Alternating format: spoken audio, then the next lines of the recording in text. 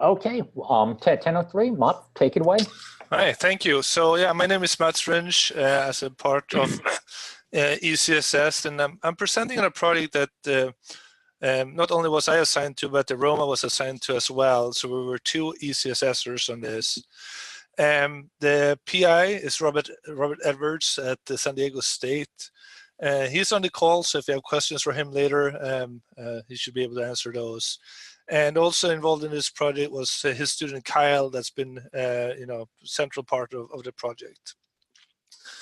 A lot of this information was presented at PERC 18. We had a paper there.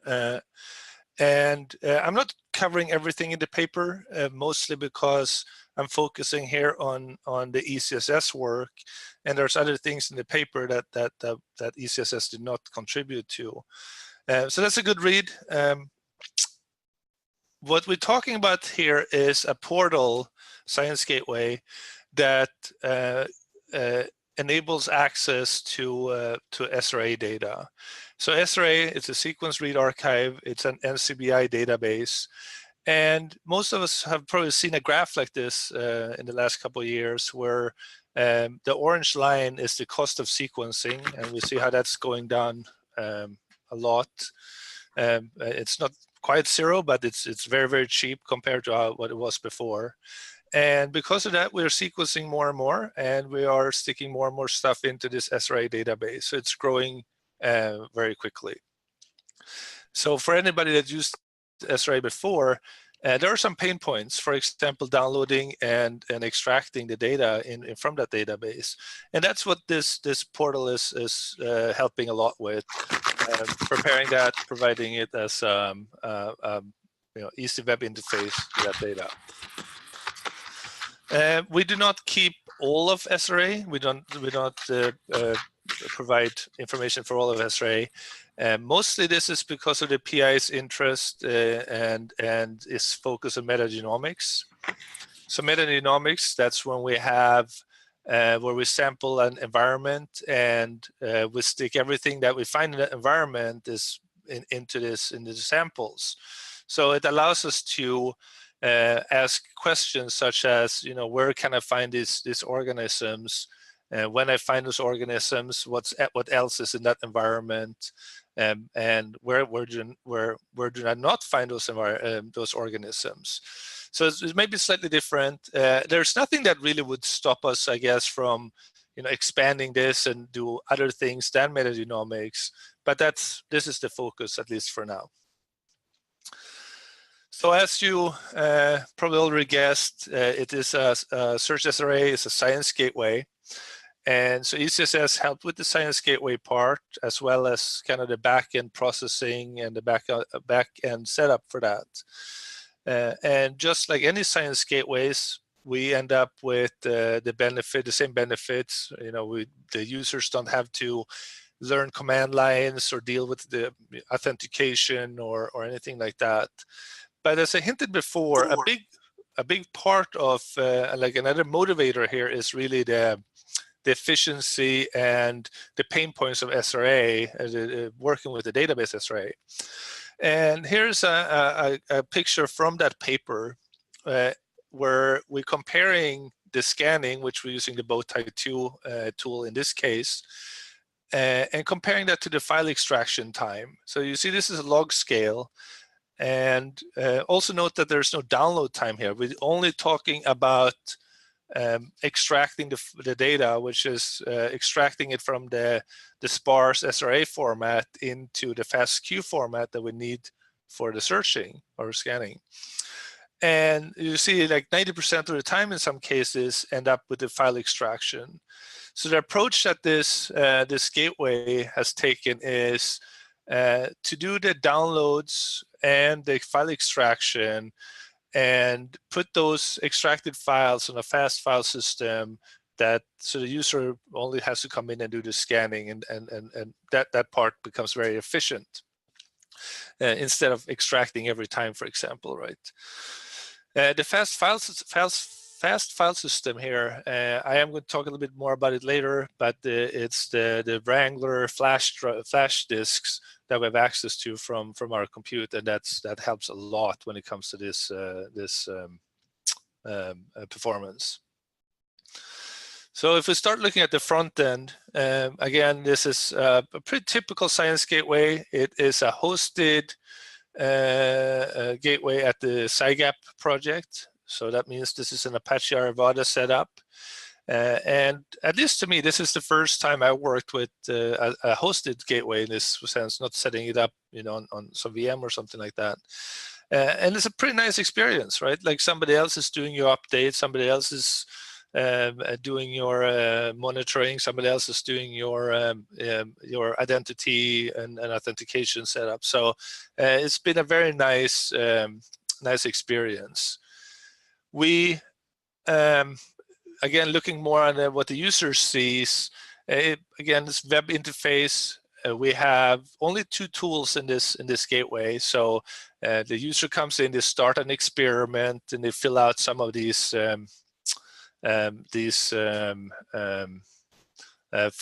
form here, right? And at the bottom is where the real kind of the real information goes in. First, they provide a FASTA reference file. What are they searching for? And secondly, they decide where to what to search. And we have a few prepared data sets for them. For example, the ones that's selected here in this slide is the all SRA metagenome data set, which is a long list of SRA IDs that we have made available. There's a few other ones also that are prepared. They also have the choice that they can give a list of SRA IDs themselves that they are interested in. Now, there has to be in our set of IDs that we already prepared, but that's definitely an option that they can narrow their searching by just giving a list. The back end of this portal is mostly, we use it mostly for accepting user requests. So the PI can log in and click approve when we get those requests. This is also where we define the tools, and we have some simple statistics, job statistics, for example. The backend here it's Jetstream plus Wrangler, and this is a special setup. So that the Jetstream and the Wrangler admins provided, but this is something that the PI had already kind of gotten the ball rolling on when ECSS got involved. So this was already kind of available. It wasn't really flushed out, but it was something that was working. And so the idea is, well, we'll stick the data on that great flash disk that Wrangler provides. We direct mount those via NFS, so like we only get access to our kind of little sub directory of Wrangler, but it gets directly mounted directly on our Jetstream compute nodes, and we can just read directly from there without doing anything else. The Jetstream setup itself is pretty standard. We have one master VM which is doing job scheduling and a little bit monitoring. The searches themselves are transformed or set up as Condor Dagmans. It's what you see here on the right. They're pretty simple. There's a little bit more to them though, because there are, like when the yellow search boxes over here are already clustered jobs. So there's like maybe 50 or 100 searches in each of those bubbles. And then we schedule those onto a set of auto-scaled workers based on the demand. The VMs themselves, we configure them by salt stack, and that's similar to Puppet or Chef if you're familiar with those. And this is all available in GitHub. So the 3 repos I have listed there, the first one is for the cluster setup, and the 2 other ones are for the searches that we can do, which are the DNA and the protein searches. Here's another view of that special kind of Wrangler, Jetstream Wrangler setup we have. if you start from the bottom here, the blue and the orange is what most people get when they just start a VM on Wrangler. The VM is attached to a private network, and that private network is then goes through a virtual switch out into the internet. So the green is what's that special network that gets set up. Again, that was done by Jetstream and Wrangler admins, and they configure this network for us. They set up the rules and all that stuff on Wrangler. What we had to kind of figure out here, if you look between the orange and the green, this is where the VMs are showing up. We only have the master showing up in this picture, but you can imagine that there's a set of them here. And if you, I mean, as you can see, they basically dual homed. They have two network interfaces. So, so we had to take a little bit care on how when we get DHCP responses, how do we handle those? And we ended up with a DHCP call out that filters out some of the information we get from the green network and make sure that we are only maintaining one main route out and you know, one set of DNS resolvers, for example. So that took a little bit doing. Now it works really, really well. One of the limitations of this whole system, one we know about that you know, maybe we could fix, but it's been fine so far. It is this network up here. The green network, as you see, is a /27, which means we can only have 30 VMs running at any given time in the system. And most of the time that's fine, but it would be nice to maybe get a bigger network up there and then be able to scale quicker and you know, be more responsive to the searches coming in. The scaling of these VMs, the worker VMs, it's done using the library from OpenStack called XSEDE, and it's a pretty nice high-level API to OpenStack. For this to work, though, you know, you have to enable API access, and this is a separate request. So once you get access to Jetstream, you also have to and this is all documented. You have to go into and basically open a ticket and saying, I also want API access. And then once you have that API access, then you can use things like XSEDE.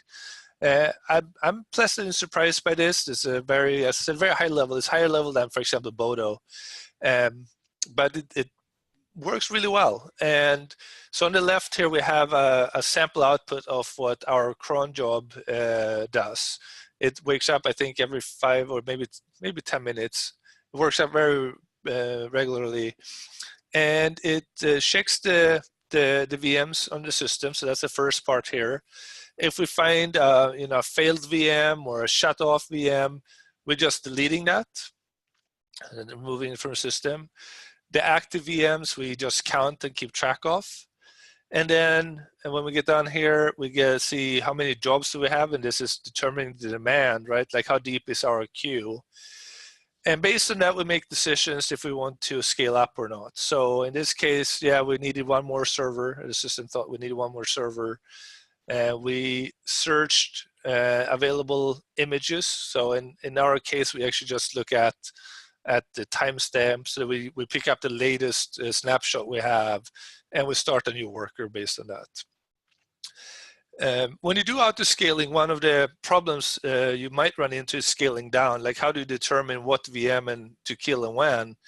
And in our case, it's actually pretty easy because the VMs are set up so that they shut themselves down if they have no work coming to them. So what happens is that as the demand goes away, and no new conjure jobs goes to those VMs, and the VMs will just shut down. So that's what we're seeing happen to this first one here. This was something that had been you know, either expired or didn't have any more work coming to it.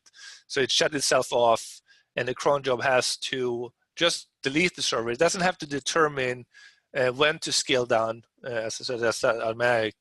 So it makes the auto scaling pretty easy for us to do. So here's about a month ago. This is December 6th. Sorry, where we went public. We had been, this has been in the works for almost a year, I think. And we have had friendly users and friends and family come and try it out. But this was the first really public announcement. It was done on Twitter, obviously, by the PI. And what was fun about this is that we had a true hockey stick coming in. Like overnight, we were just bombarded with account requests and searches. So a few graphs of this. You will notice that the day it actually happened, December 6th, is missing because we didn't have our monitoring fully set up then.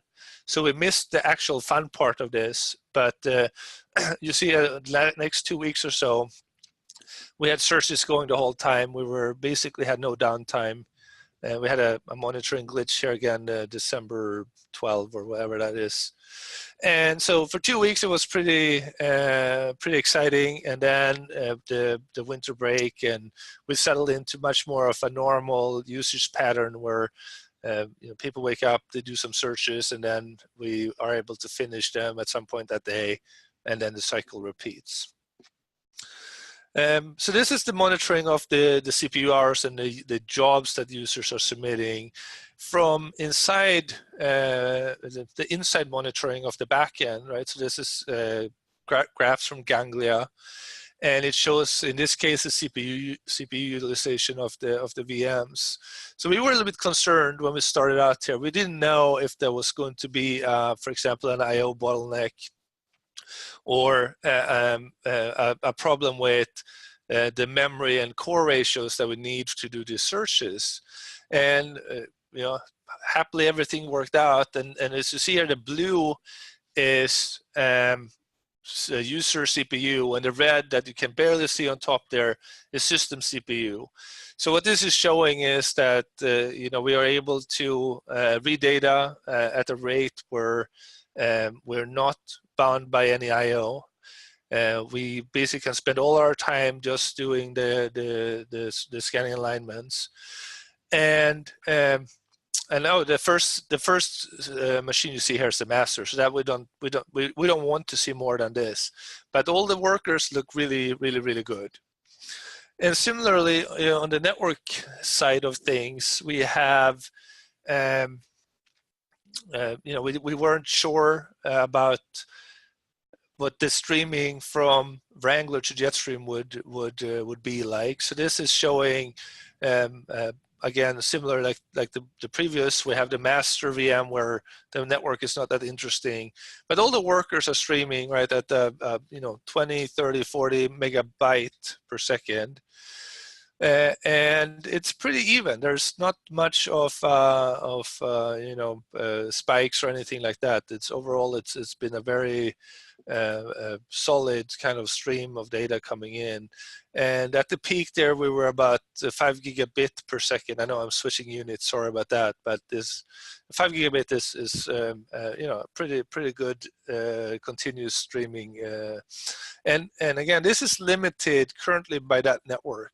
So that was when we had the 28 to 30 VMs running. There's really nothing, at least from these graphs, that would stop us from going higher, but we would have to reconfigure the green network from the network image I showed earlier. Now, I didn't make a slide on this. There's a few things that are left to do on this project.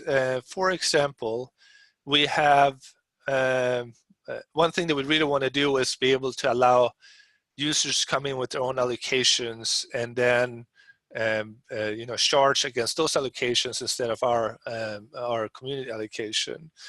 So, and I think we have a good idea of how to do that. We have to work around the mounting of Wrangler, but I think we can kind of re-expose that and just make the small changes to the searches and get users to be able to do that. So that's the main part of the talk. Any questions? And I haven't seen the chat, so is there any questions in the chat first? Oh, great! Great, thank you, Matze. That was fantastic. We did have a question come in earlier, but from Mona. Yeah. that was answered already. Okay. So Mona, let me just ask, do you need any more follow-up on that question? Yes, I see the question. And Mona, I don't know exactly how special this was. I'm fairly sure it's not something that is kind of in the general documentation, but I think it falls into more the category of something that the Wrangler and Jetstream admins kind of wanted to play with, and we were maybe the first one. I don't know, but trying it out for them, and it's been a really nice setup. Okay, thank you. So just to reiterate, this is Sudhakar. I mean, we also use the Wrangler mount on a volume in Jetstream. Oh, good. And that stays persistent as well. It's not like you need to mount it every time or anything. Yeah, and the other thing that's really nice about this setup is, I said that we curate the SRA data, we get it, we do the file extraction, and so the download and that extraction is something that we can do directly on Jetstream, on Wrangler. So we have a tiny allocation Wrangler where we can do that interactively, and that then just makes it automatically available to the Jetstream VMs. We like the Jetstream VMs. I mean, I think that mount is read-write, but really we are only reading from it. So that's another way of thinking about it. That we are doing all the creation on Wrangler, and Jetstream is just reading that information. Great. We have a question here from Marty Candice at SCSC. So Mats, I think can you see the question there? Yeah, I can see it. So the question is about data sizes. And maybe Rob, if Rob is on, maybe he could jump in. I think we have about 50 terabytes sitting on Wrangler. Rob, is you? Can you hear me? Yeah. That sounds about right. And of course, it's split over about 100,000 files. And so we haven't at the moment done anything to optimize kind of IO and file sizes, but that's certainly something that we've been discussing and thinking about to do in the future. Yeah, and we, go ahead. Sorry, this is Phil. I just wanted to follow up on that question of sizes. So are you keeping the original sparse SRA files and everything all there? Or do you, once you extract the files you're using, do you delete those? Just curious what that entails, that 50 terabytes or so. I'm passing to Rob again. Yeah, no worries. So the way it works at the moment is I've actually kept all of the data that we downloaded, just so I don't have to re-download it all again. And then, of course, we stage the data for computing. So we pre-process the data. And we actually extract some of the data so that we're not actually computing against the whole thing. We compute against about 1% of the data. And that seems to be sufficient to kind of provide the initial overview that we're trying to provide to the users in a timely fashion without completely consuming all the resources forever. And so, yeah, at the moment, we keep a copy of everything we download. We pre-process a data set and we compute against that data set. It's certainly something that I'm happy to discuss and talk about the best ways and best practices to deal with that. And one of the things that I've been writing about right now is kind of like data versioning and thinking about what's going to happen. So we have the data set that everybody's been competing against, right? But obviously over time, there's more and more data being added. So then how do we actually update those data sets but still enable the users to understand what we're doing? So for example, if you've computed against the data set now, and then we increase the size of the data set and you redo the computation, you can't compare those two comparisons, right? Because we've got new data, and so you're going to see new things. And so doing that in a way that's transparent to the users and enables the users to see what we've been able to do is something that we're actively trying to think about right now. And that 1% that you mentioned, that's 1% of Of what? Of the total data that you have downloaded, or of any given file, or that? It works out to be about the same. It's 1% of each data set, approximately, on average. And that's sampled somehow? And that is sampled, yeah. Yeah, okay. Basically randomly. Great. So final question there. If you wanted to do the whole SRA, how big would that be? And would you consider that if interest is big enough? So right now, I think the SRA is 10 to the 17 bytes. I think that's right. I'll post the link in a second in the chat so you guys can take a look. And so certainly when I tweeted about this capability that we've rolled out, a couple of people followed up and said, well, that's great because you're doing metagenomics and that's what you care about, but we want to do blah, blah, blah, whatever. How do we do that? And so I said, well, here's how to start, right? Go get an XSEDE allocation and talk to people about getting a Wrangler set up, and then we can take it from there. So, I mean, definitely one of the things that I've been touting this as is kind of this is a prototype for how we could provide this data through Jetstream and Wrangler for computation for even more of the data that's available. It's something that people are thinking about, and I know folks at NCBI are having discussions, for example, with Amazon and Google and folks like that about trying to put this data out there, just because there are no compute resources available where you can go and compute against these data sets because they're so big, right? And so, so from my point of view, this is kind of like us prototyping how we could do it and how other people could make this happen. Great, thank you. And now we're getting to the bottom of the bottom of the hour. We have a question here. I want to take this next one from Chunhan. Here in San Diego, we asked, did you configure all software stack on Jetstream or by admin? Yeah, so that's this link here, the first link, which is the salt stack recipes for configuring the VMs. And I can, if you email me, I can talk through that later on if you're more interested in it. But basically, they are configured by recipe. Excellent. Yeah. So Chunhan, just follow up with me later if you don't have Mott's email address. And we have another question here from, I think this will be the last one, by Marty Candice here in San Diego. Mott, can you also comment on the dynamic provisioning of the worker nodes? How do you determine how many workers you need for a given workload coming in? Is it fairly straightforward?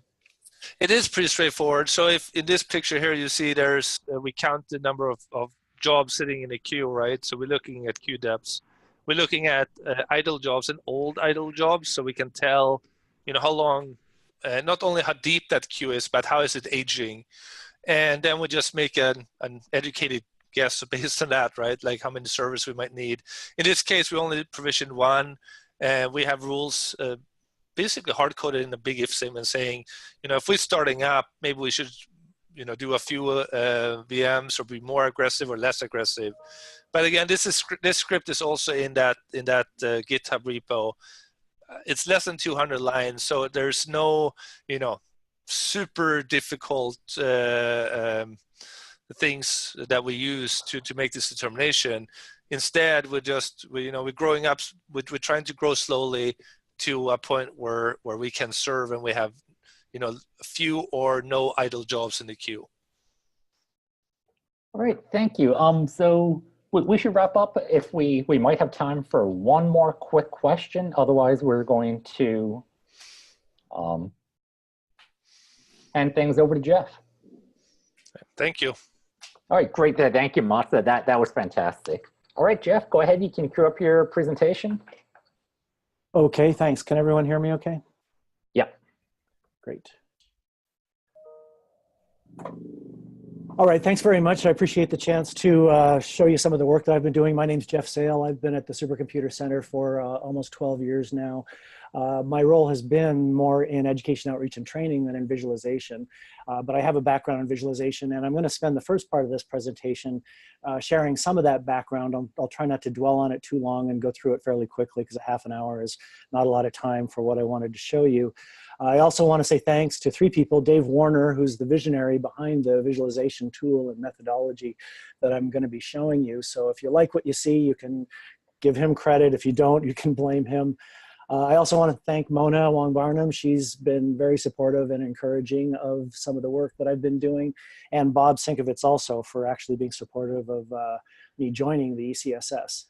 I'm part of 2 WBSs in XSEDE. I also am part of the Workforce Development WBS, where I've been involved in developing the new staff guide, XSEDE badges, and some Cornell virtual workshop tutorials. With the Aroma, so Aroma's part of both these presentations today, I guess.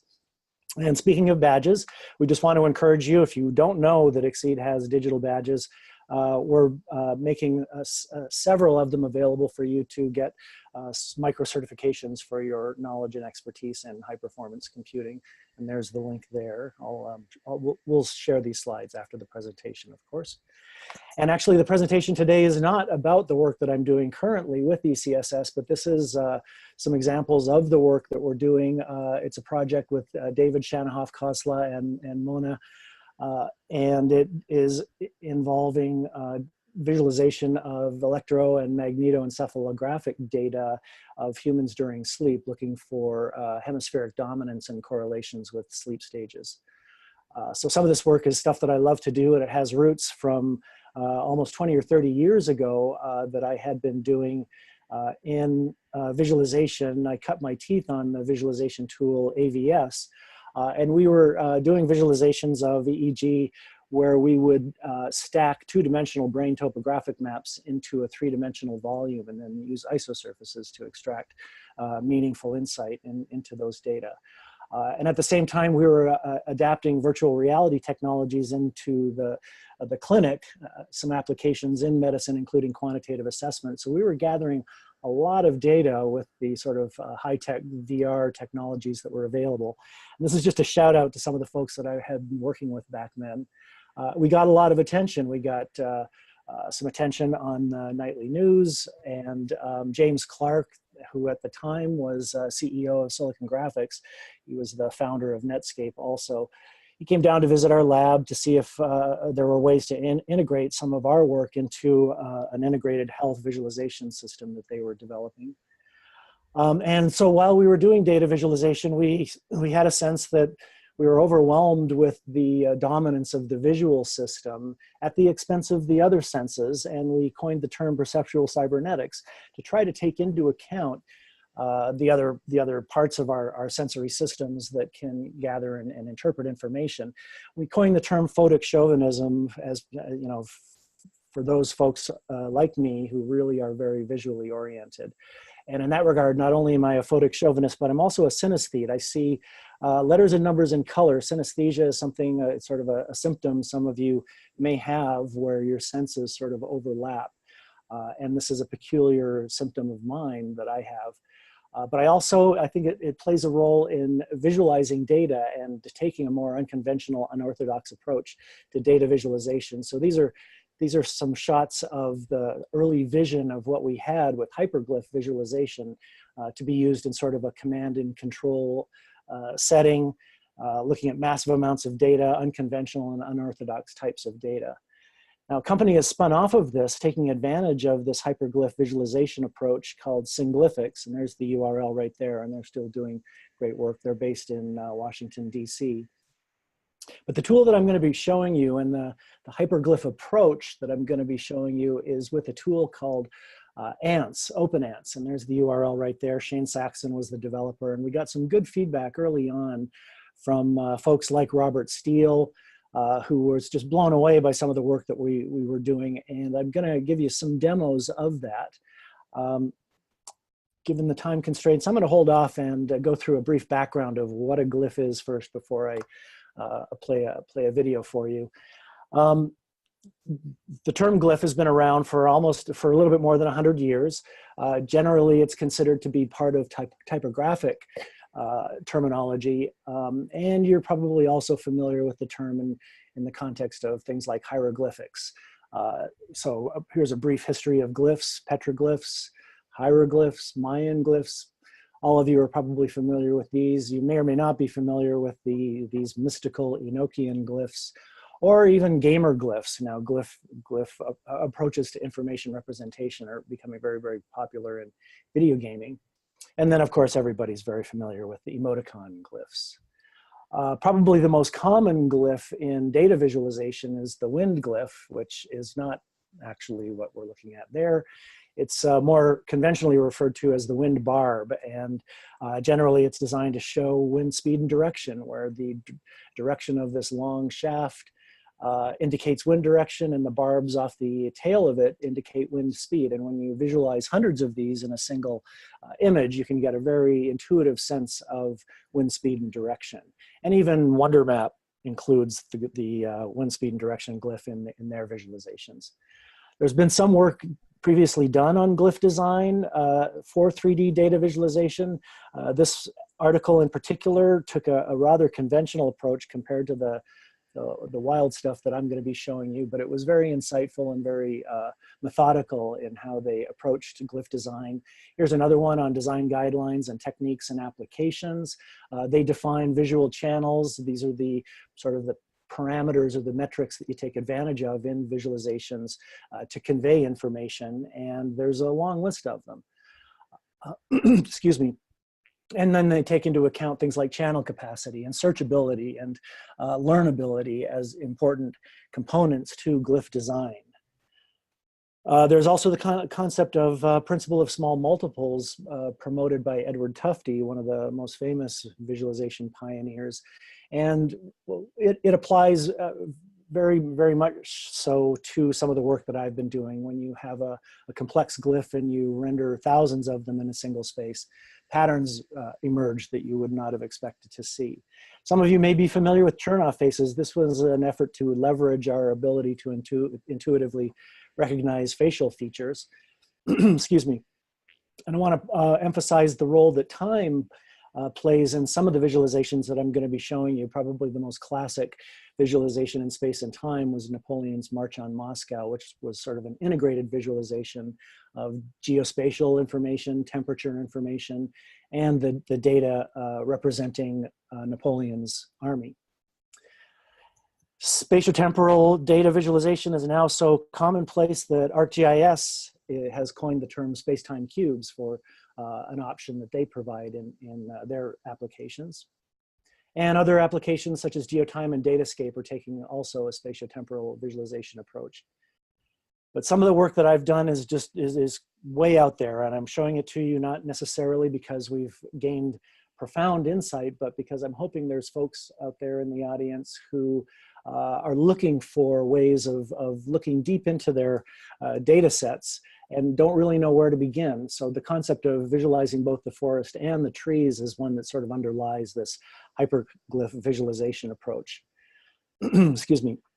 We did some earlier work about 20 or 30 years ago. Alan Barnum Scrivener, a good friend, had been using AVS to do some simple visualizations of nutritional data from fast food restaurants in San Diego County. And so I'm gonna stop there with just the background. Here's some links to some of the resources that are available to drill down further into the tool. But before I give you a sense of how I've been using the tool, I'm gonna play a video here. And actually, I'm just gonna shuffle. And there is sound. Don't want it to be too loud. Okay, here we go.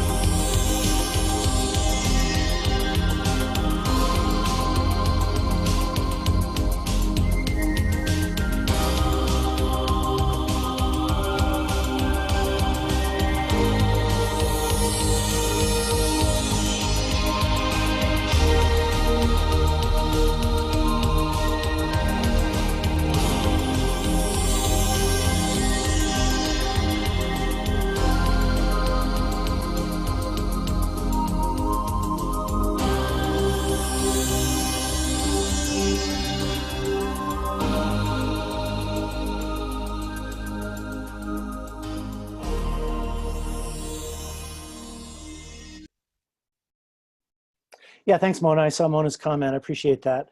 Yeah, it's not for the timid. So that was crazy stuff, I realize. And what I really wanted to show you was some of the work we've been doing with Twitter data visualization. But before I get into that, I'm going to take 5 minutes and just do a quick demonstration of the tool itself. And let's browse back to here. So it's a very small tool, a very small application. There's a Windows and a Mac version. We're working on developing a Linux version. It's not an official XSEDE resource yet necessarily. We haven't got the Linux version running effectively in CentOS or 6 or 7, but it's got a very small footprint. There's some additional libraries for 3D model import and that sort of thing.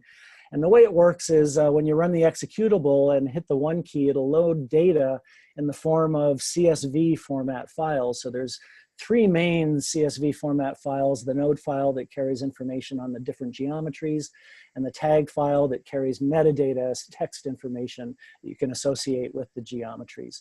So if I run this,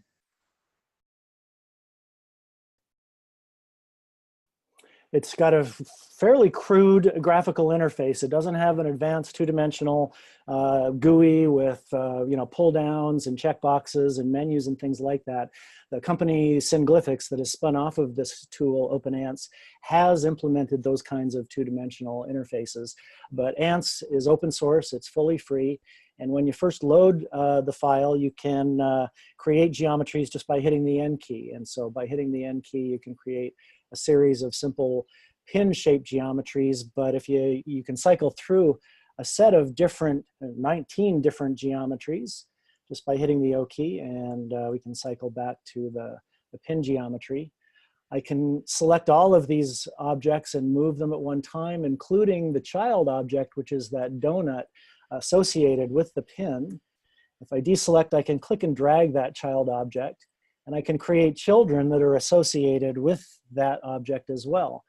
And the default shape for ants is a toroid, this donut shape, but you can choose any one of the 19 geometries. And we can create additional child objects. So when we select the parent, the children move with it, and you can drill down and create up to 32 levels of child objects. I haven't found an application that would need to go that deep, but 4 or 5 levels is about as far as I've gone.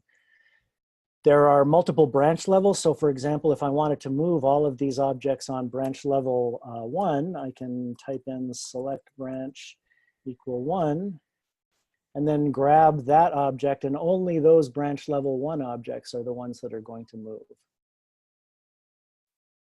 Now in this data set, I actually do have data that I'm going to load by hitting the 1 key. This is Major League Baseball data. And this is all of the data in the history of baseball from the Layman Baseball database. And it's for any batters who had seasons of over 100 at-bats or more. So for example, down here, if we zoom in, we can see a glyph for Ty Cobb. So what we're looking at is, in the case of Ty Cobb here, many of you may be familiar with him, one of the more famous baseball players. This is a glyph of Ty Cobb's entire batting career. Time goes from bottom to top, or from lower to upper. And the individual geometries represent his hits, numbers of doubles, triples, and home runs. I can just grab one of these glyphs and move it out of the way here so you can actually see what it's comprised of. So this is a fairly simple glyph with a center sphere that's gray, surrounded by 4 cubes, and the size of the cubes correlates with the number of hits or the number of home runs, etc.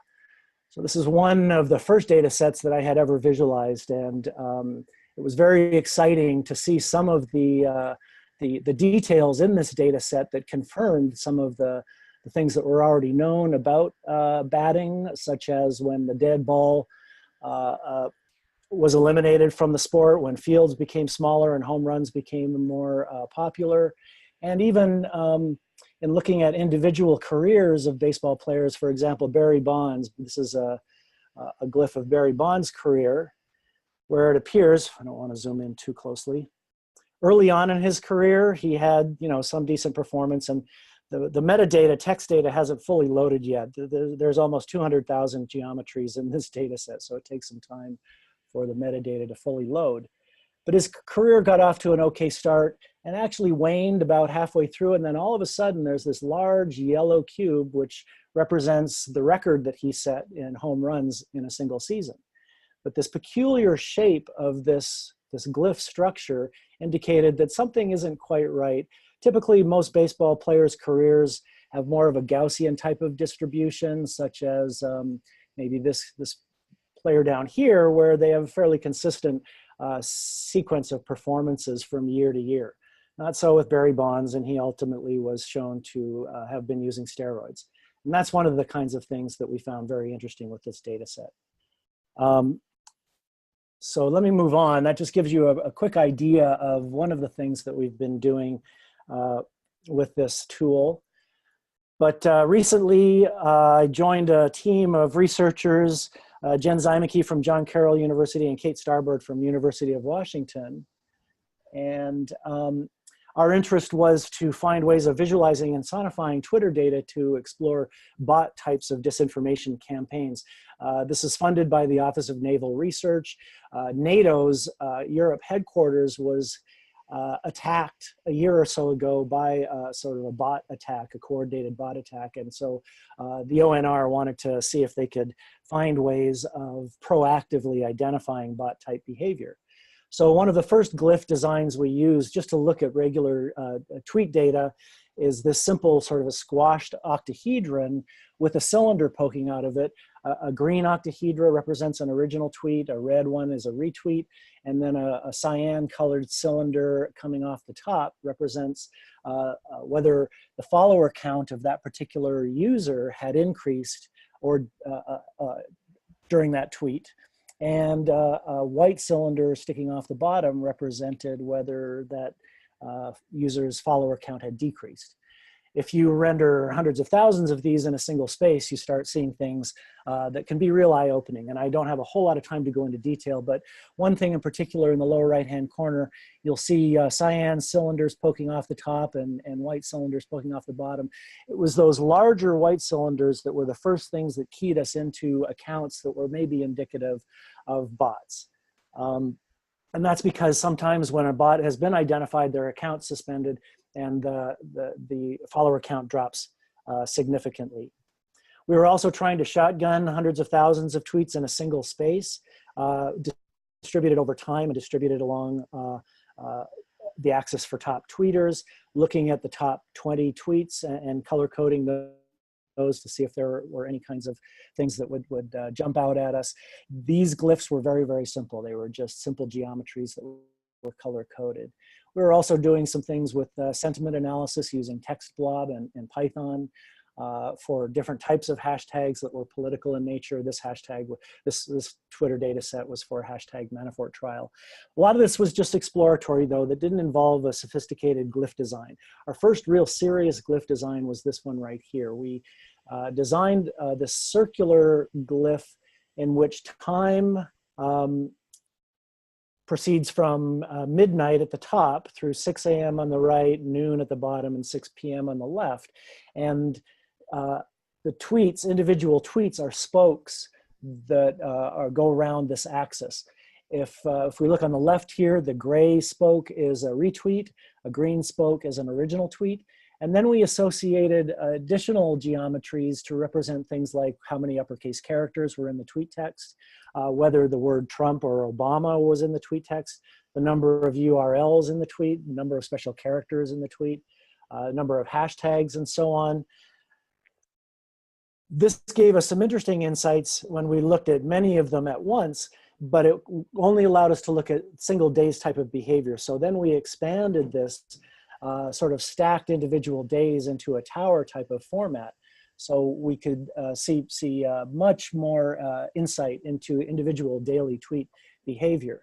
So this led us into thinking that maybe we could use this approach to differentiate bots from not bots. And that's what we've got here. This is a visualization. Each one of these towers is an individual Twitter account, and their daily tweet behavior, each sort of disk or slice in these towers represents a single day's worth of tweets of these users.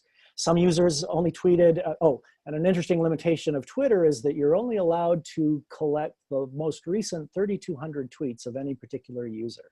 So I was limited in going back to search for these users' timeline data to their most recent 3,200 tweets. So each one of these towers consists of 3,200 tweets worth of data.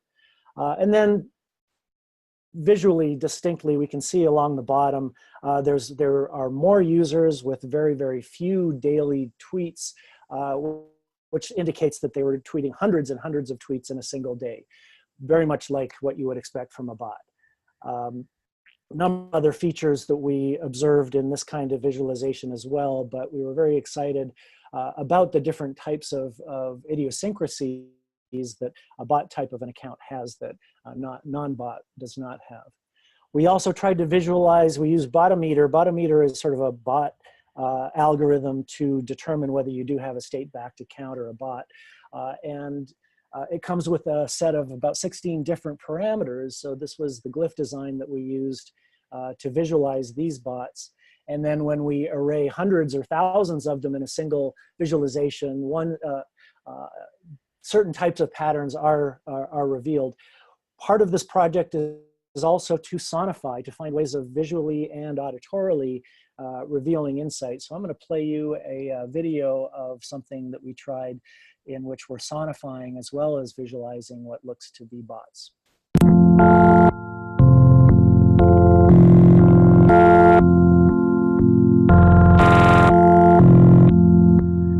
it's dubious to be playing videos over Zoom. Web conferencing playback can be a bit loud, but this hopefully can give you an idea of laboratory stuff.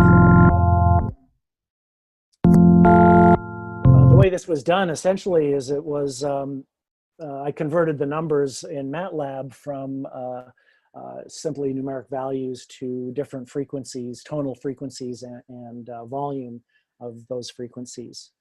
I'm happy to share some of the work that we've been doing. And this is the last thing I'm going to show you. This is a visualization of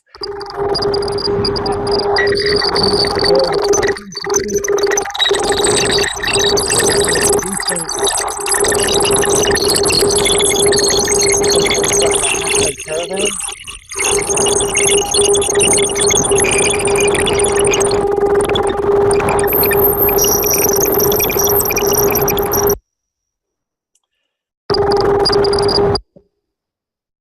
And that should give you a good idea of what's possible. I'm pretty much out of time though, so I'll stop here and see if we, oh, I got a chat message. Oh, did you guys lose my volume, my audio? Sorry, we can still hear you. Oh, okay, great. I guess when I was playing the audio, you probably couldn't hear me very well. Right, so, right. Yeah. Yeah, so this is this last visualization and sonification was done with a data set on #caravan, which was a data set I collected recently. So we're just trying to find ways of visually and sonically correlating bot behavior. So that's all I've got. Let me scroll down to my contact information and I'll be happy to take any questions. There's some additional stuff in my slide set that I did not necessarily cover, but I'll make those slides available to everyone. Thank you. Wow, great. Good. Yeah, thanks, Jeff. That was fantastic. You know, really neat to see what you could do with the glyphs. We have one question here from Marty Candice in San Diego. Jeff, is there a scripting interface available in ANTS to help create these large structured visualizations? Yeah, no, they actually are working on an API, an official API, but it's not completed yet. If you go to openants.com, there's links to the GitHub site where he's working on developing an API. No, I just use Python code or C code to generate those CSV files, and I'm happy to share my code. In fact, the link on one of my slides goes to the series of introductory lessons that I created for PERC. I did present some of this at PERC last summer. And so there's some source code and some sample data that you can get to from that slide. Great, thank you. And we have one more question from Alan Craig. Straightforward to ingest Twitter, ? Something documented for making a CSV file? Yeah, it's not that difficult. There's a lot of good sample code out there for Python and PHP. And I'm doing most of my stuff in Python. And so no, it's not too difficult to ingest Twitter. Pandas has some nice features for processing the JSON data. Twitter comes in JSON format, and there's limits to how much data you can collect, like 50 tweets a second for the streaming API and 150 tweets every 15 minutes for the search API. All right, thank you very much. I see we're at the top of the hour, one past the hour now.